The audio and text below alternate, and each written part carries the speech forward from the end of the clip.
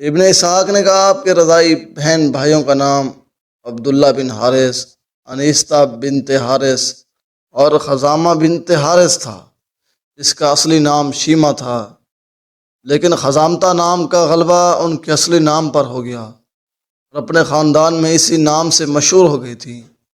اور یہ سب حلیمہ بنت ابی ذؤیب اور عبداللہ بنت حارثی کے بچے تھے، جو رسول اللہ علیہ الصلاۃ والسلام کے رضائی والدہ تھی۔ کہتے ہیں کہ جب آپ ان کے پاس رہتے، شیمہ آپ کی والدہ کے ساتھ مل کر آپ کی پرورش اور دیکھ بھال کرتی۔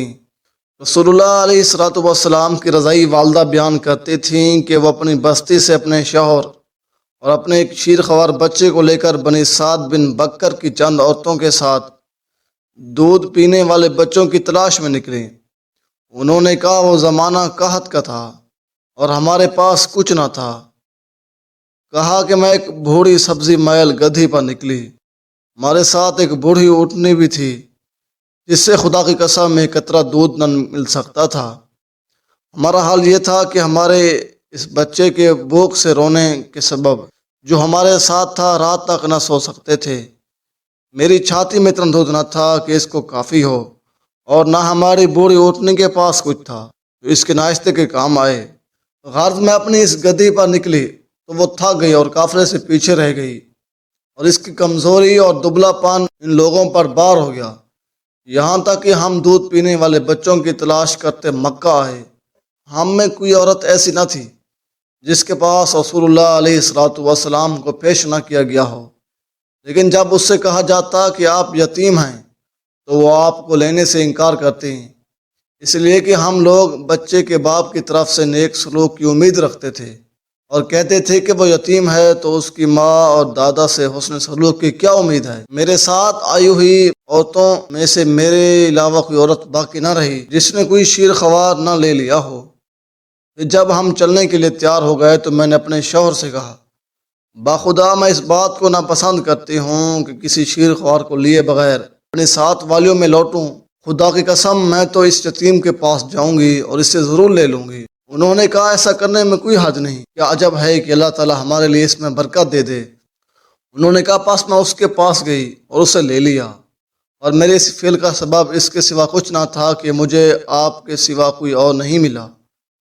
انہوں نے کہا کہ جب میں نے آپ کو لے لیا تو آپ کو لے کر اپنی سواری کی طرف لوٹی، اور جب میں نے آپ کو اپنی گود میں بٹھا لیا تو آپ کے لیے میری چھاتیوں میں حسب خواہش دودھ اتر آیا۔ آپ نے پیا اور سیر ہو گئے، اور آپ کے ساتھ آپ کے بھائی نے بھی پیا اور وہ بھی سیر ہو گیا۔ یہ دونوں سو گیا، حالانکہ اس سے پہلے ہم سوتے بھی نہ تھے۔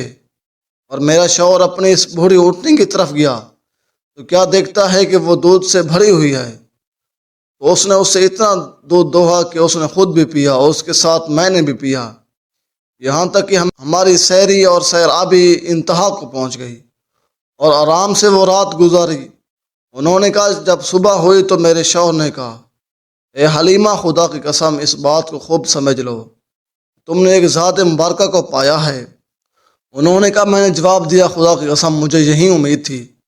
حلیمہ نے کہا پھر ہم نکلے اور اپنی گدھی پر سوار ہو گئی اور آپ کو بھی اپنے ساتھ اس پر سوار کرا لیا۔ خدا کی قسم پھر تو وہ گدھی قافلے سے آگے ہو گئی، قافلے والوں کی گدھوں میں سے کوئی اس کا مقابلہ نہ کر سکتا تھا، یہاں تک کہ میری ساتھ والیاں مجھ سے کہنے لگی، اے حلیمہ تجھ پر افسوس ہے، ہماری خاطر ذرا درمیانی چال چل، یہ تیری وہ گدھی نہیں جس پر تو گھر سے نکلی تھی۔ میں ان سے کہتی کیوں نہیں، یہ وہی ہے۔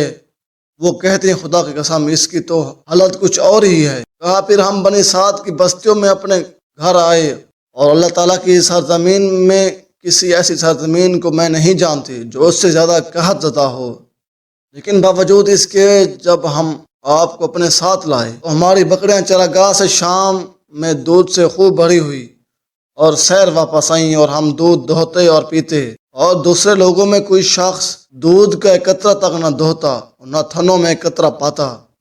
ہماری قوم کے جو لوگ ہمارے قریب ہی رہا کرتے تھے اور اپنے چرواہوں سے کہتے، ایک کم بختو، حلیمہ سعدیہ کا چرواہ جہاں بکریاں چرانے چھوڑتا ہے تم بھی وہیں چھوڑو، لیکن پھر بھی ان کی بکریاں بھوکھی واپس آتی، ایک قطرہ دودھ نہ دیتی، اور میری بکریاں دودھ سے بھری ہوئی اور سیل لوٹتی۔ ہم اللہ تعالیٰ کی جانب سے خیر و برکت ہی دیکھتے رہے، یہاں تک کہ آپ کے 2 سال گزر گئے اور دودھ بڑھائی ہو گئی، آپ کا نشو و نما ایسا ہوا کہ اس کو دوسرے بچوں کی نشو و نما سے کوئی مشابہت تک نہ تھی۔ آپ کی عمر 2 سال بھی نہ ہوئی تھی کہ آپ بڑے لوگوں کی طرح موٹے تازے ہو گئے۔ پھر ہم آپ کو لے کر آپ کی والدہ کے پاس آئے اور چوکا ہم آپ کی برکات دیکھتے رہے تھے، اس لیے ہم نے آپ کو اپنے پاس ہی رکھنے کی بہت رضامندی ظاہر کی۔ ہم نے آپ کی والدہ سے بات چیت کی، ہم نے ان سے کہا اگر آپ میرے بچے کو میرے پاس کچھ دنوں اور چھوڑ دیں کہ خوب موٹا تازہ ہو جائے تو بہتر ہے، کیونکہ مجھے مکہ کی وبا سے اس کے لیے ڈر لگتا ہے۔ ہم یہاں تک اس بات کا اصرار کرتے رہے کہ آپ کی والدہ نے آپ کو ہمارے ساتھ لوٹا دیا۔ خدا کی قسم، آپ کو اپنے ساتھ لے کر ہمارے آنے کے چاند ماہ بعد آپ اپنے بھائی کے ساتھ ہماری بکریوں کے بچوں میں ہمارے گھر کے پیچھے ہی تھے کہ آپ کا بھائی ہامتا کامتا ہمارے پاس آیا اور مجھ سے کہا اور اپنے باپ سے کہا، میرا جو قریشی بھائی ہے اس کو 2 شخصوں نے سفید کپڑے پہنے ہوئے ہیں پکڑ لیا ہے اور اس کو لٹا کر اس کا پیٹ چاک کر ڈالا اور اس کو مار رہے ہیں۔ انہوں نے کہا، یہ سنتے ہی میں اور آپ کے والد آپ کی طرف دوڑتے ہوئے آئے۔ ہم نے آپ کو اس حال میں پایا کہ آپ کے چہرے کا رنگ سیاہ تھا۔ میں نے آپ کو گلے سے لگا لیا اور آپ کے والد نے بھی آپ کو گلے سے لگایا، اور ہم نے آپ سے کہا، میرے پیارے بیٹے تجھے کیا ہوا؟ میرے پاس 2 شخص جو سفید کپڑے پہنے ہوئے تھے آئے اور مجھے لٹا کر میرا پیٹ چاک کیا، اور انہوں نے اس میں کوئی چیز تلاش کی، میں نہیں جانتا وہ کیا تھی۔ آپ کے والد نے مجھ سے کہا، اے حلیمہ مجھے خوف ہے اس لڑکے پر کہیں کوئی اثر نہ ہو گیا ہو، اس پر اس اثر کے ظاہر ہونے سے پہلے اس کو اس کے گھر والوں کے پاس پہنچا دو۔ کہا، پھر تو ہم نے آپ کو اٹھایا اور آپ کو لے کر آپ کی والدہ کے پاس آئے۔ انہوں نے کہا کہ کیوں لائیں، حالانکہ تم نے تو اس کو اپنے پاس رکھنے کی بہت آرزو مند تھی۔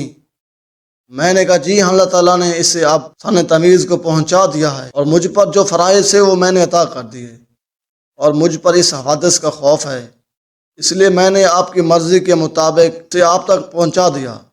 حضرت آمنہ نے کہا، نہیں تمہاری حالت ایسی تو نہیں، اپنا حال مجھ سے سچ سچ کہو۔ حلیمہ نے کہا، جب تک میں نے نہ بتایا انہوں نے مجھے نہ چھوڑا۔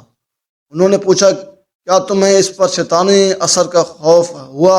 میں نے کہا، جی ہاں۔ انہوں نے کہا، ایسا نہیں ہو سکتا، شیطان کا اس پر کچھ بس نہ چلے گا، میرے بچے کی عجیب شان ہے، کیا میں اس کے کچھ حالات بیان کروں؟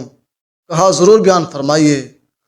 حضرت آمنہ نے کہا، جب مجھے اس لڑکے کا حمل ہوا مجھ سے ایک نور نکلا جس کی روشنی سے سرزمین شام کی بصرہ نامی بستی کے محل مجھ پر روشن ہو گئے، اور مجھے اس کا حمل ہوا تو خدا کی قسم اس سے زیادہ سبق اور اس سے زیادہ آسان حمل میں نے کبھی نہیں دیکھا۔